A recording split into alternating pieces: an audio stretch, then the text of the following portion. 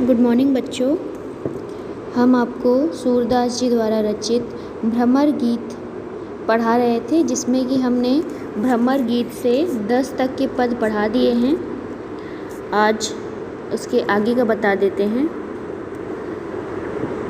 ये 11वां पद है, जिसमें सूरदास जी कहते हैं, ऊधो भली भई ब्रज आए, विधि कुलाल कीन्हे कांचे घट, ते तुम आनी पकाए, रंग दीन हो कान्हा सांवरे, अंग अंग चित्र बनाए, पाते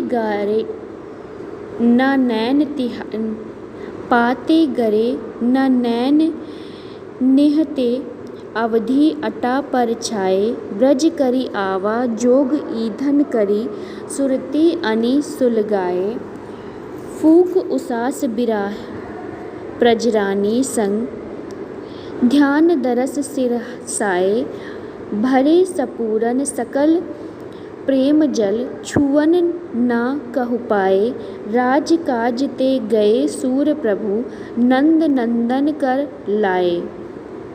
तो यहाँ पर ऊधव कहते हैं, यहाँ पर गोपियाँ ऊधव के ज्ञान योग संदेश से रच मंत्र भी प्रभावित नहीं होती। मतलब कि जो ऊधव जी गोपियों को योग साधना की बात बताते हैं, उससे जरा भी गोपियाँ प्रभावित नहीं होती और अपनी भक्ति भावना एवं प्रेम को नहीं त्यागती। मतलब जो कि श्री कृष्ण के प्रति उनका प्रेम है, उसे बिल्कुल भी नहीं छोड़ती।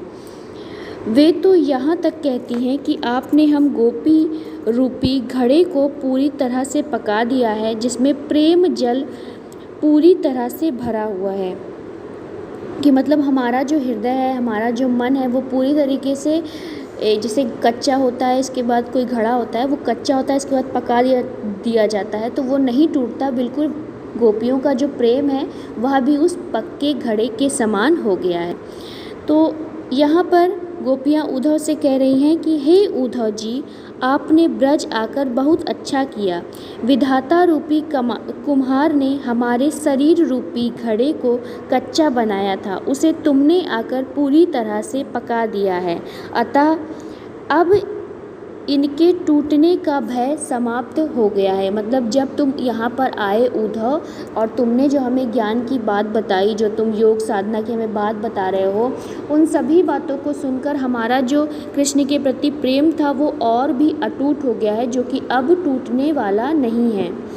श्री कृष्ण ने हम गोपी रूपी घड़े को अनुराग के लाल रंग में रंग दिया और अपने अंग प्रत्यंग पर विभिन्न प्रकार के सुंदर चित्र निर्मित किए हैं। कृष्ण के मथुरा चले जाने पर भले ही हमारी आँखों से आंसू रूपी जल बरस रहा हो, पर अवधि रूपी आच्छादन के नीचे ये सुरक्षित बने रहे, गल नहीं सकते। अर्थात कृष्ण अपने आने की अवधि दे गए थे, उसी के सहारे हम सभी गोपियाँ जीवित रहेंगे। मतलब जो श्री कृष्ण थे वो हमसे बोल के गए थे कि वो आएंगे, तो हम उसी की याद में या उसी के बारे में सोच के हम यहाँ जीवित रहेंगे, या उन्हीं के सहारे जीवित रहेंगे कि एक ना एक दिन श्री कृष्ण आएंगे। अब उद्धव ने यहाँ आकर संपूर्ण ब्रज को अपनी बातों से कुम्हार के आव के समान तपा दिया, उसमें योग साधना का ईंधन लगाया और पुरानी स्मृतियों की आग सुलगा दी। मतलब जब तुम यहाँ आए उद्धव, तो हमारी जो पुरानी यादें थी उसमें तुमने जो है वो सभी पुरानी यादों को फिर से जगा दिया। हमारी निश्वास की वायु से विरह की ऐसी लपटें उठी कि हमारे शरीर रूपी घड़े उसमें पूरी तरह से पक गए। अब इसमें प्रेम रूपी जल फिर से भर गया। आज तक कोई अन्य हमारे शरीर को स्पर्श तक नहीं कर सका। हमने इस शरीर रूपी घड़े को उन्हीं कृष्ण के लिए सुरक्षित रखा हुआ है। उनके लौटने पर उन्हें ये अनछुए शरीर रूपी घड़े सुरक्षित मिलेंगे, यह विश्वास हम तुम्हें दिलाते हैं। कि मतलब श्री कृष्ण हमसे कह कर गए थे कि वो आएंगे और हम अब उसी के सहारे, तुमने जो कहा कि श्री कृष्ण ने हमें योग साधना करने को कहा है, हमें भूलने की बात जो तुम कह रहे हो श्री कृष्ण को, तो वो हम अब नहीं भूलेंगे। अब उसी के सहारे हम जीवित रहेंगे कि कृष्ण एक ना एक दिन ज़रूर आएंगे। तुमने आकर जो बातें बताई उससे हमारा जो प्रेम था वो और भी गहरा हो गया है। तो यहाँ पर इसका काव्य सौंदर्य है कि पूरे पद में सांग रूपक अलंकार है, भाषा में लाक्षणिक पदावली है और ब्रज भाषा का प्रयोग हुआ है, वियोग श्रृंगार है और गुण है प्रसाद। अगला है अखियाँ हरि दर्शन की भूखी, कैसे रहती रूप रस राची, ये बतिया सुनि रूखी, अवधि गनत इक टक मग जोवत, तब इतनी नहीं झूठी, अब यह जोग संदेश सुनी सुनी, अति अकुलानि दुखी, बारख वह मुख अनि दिखावो, दुहि पिए पीबत पुताखी, सूर सुकत हटी नाव चलावत, ये सरिता है सूखी। तो यहाँ पर इसका प्रसंग है कि यहाँ पर गोपियाँ उद्धव से कहती हैं कि उनकी आँखों में कृष्ण की छवि देखने की लालसा है, तुम्हारे योग संदेश को सुनकर ये दुखी हो गई। हम आपको यह बताना चाहती हैं कि आपके ज्ञान योग संदेश का हमारे ऊपर कोई भी प्रभाव नहीं पड़ा। तो गोपियाँ यहाँ पर कहती हैं कि आपने जो हमें ज्ञान की बातें बताई, जो योग साधना की बातें बताई, उससे हमें कोई भी फर्क नहीं पड़ा। सूरदास जी द्वारा रचित इस पद में गोपियाँ कहती हैं कि हमारी आंखें तो श्री कृष्ण के दर्शन के लिए ललायित हैं, अर्थात उन्हीं को देखने के लिए हमारी आंखें तरस रही हैं। हे उद्धव, कृष्ण के सौंदर्य रूपी रस में रंगी हुई ये आंखें तुम्हारे योग साधना की रूखी बातें सुनकर भला कैसे रह सकती हैं। कृष्ण के आने की अवधि को गिनते हुए और एक टक दृष्टि से उन्हीं की राह ताकते हुए भी ये इतनी दुखी नहीं हुई जितनी तुम्हारी नीरस बातें सुनकर हुई। कि मतलब कह रही हैं कि हमें कृष्ण को इतने दिन से देखा नहीं, तो हमारी आंखें जो हैं वो बिल्कुल उनको देखने के लिए तरस रही हैं और हम उन पर मतलब उनको देखने के लिए अपनी जो नज़रें हैं वो राह पर देखते रहते हैं। और ये सब करते हुए भी हमें बिल्कुल दुख नहीं होता जितनी तुम्हारी बातें सुनकर हमें आज दुख हो रहा है। तुम्हारे द्वारा किए गए योग का संदेश को सुनकर ये आंखें अत्यंत व्याकुल हो गई हैं।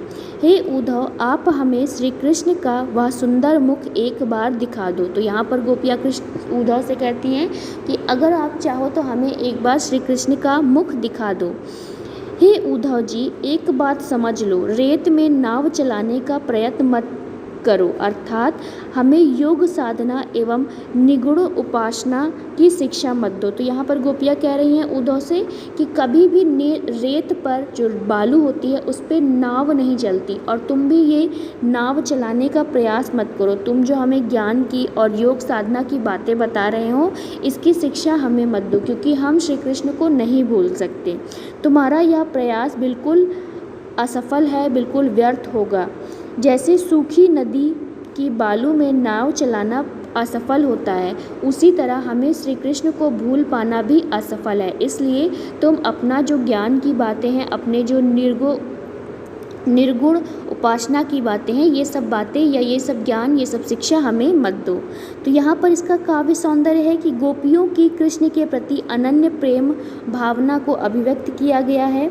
श्रृंगार है वियोग, भाषा है ब्रज, गुण है प्रसाद एवं माधुर्य और अलंकार है वक्रोक्ति। तो यहाँ पर भ्रमर गीत के जो पद थे वो समाप्त हो जाते हैं। इसके बाद आते हैं इसके प्रश्न उत्तर। तो यहाँ पर आप देखिए कि जो प्रश्न ऐसे दिए हुए हैं, ये एक पद दिया हुआ है, इससे आपके 5 प्रश्न आएंगे।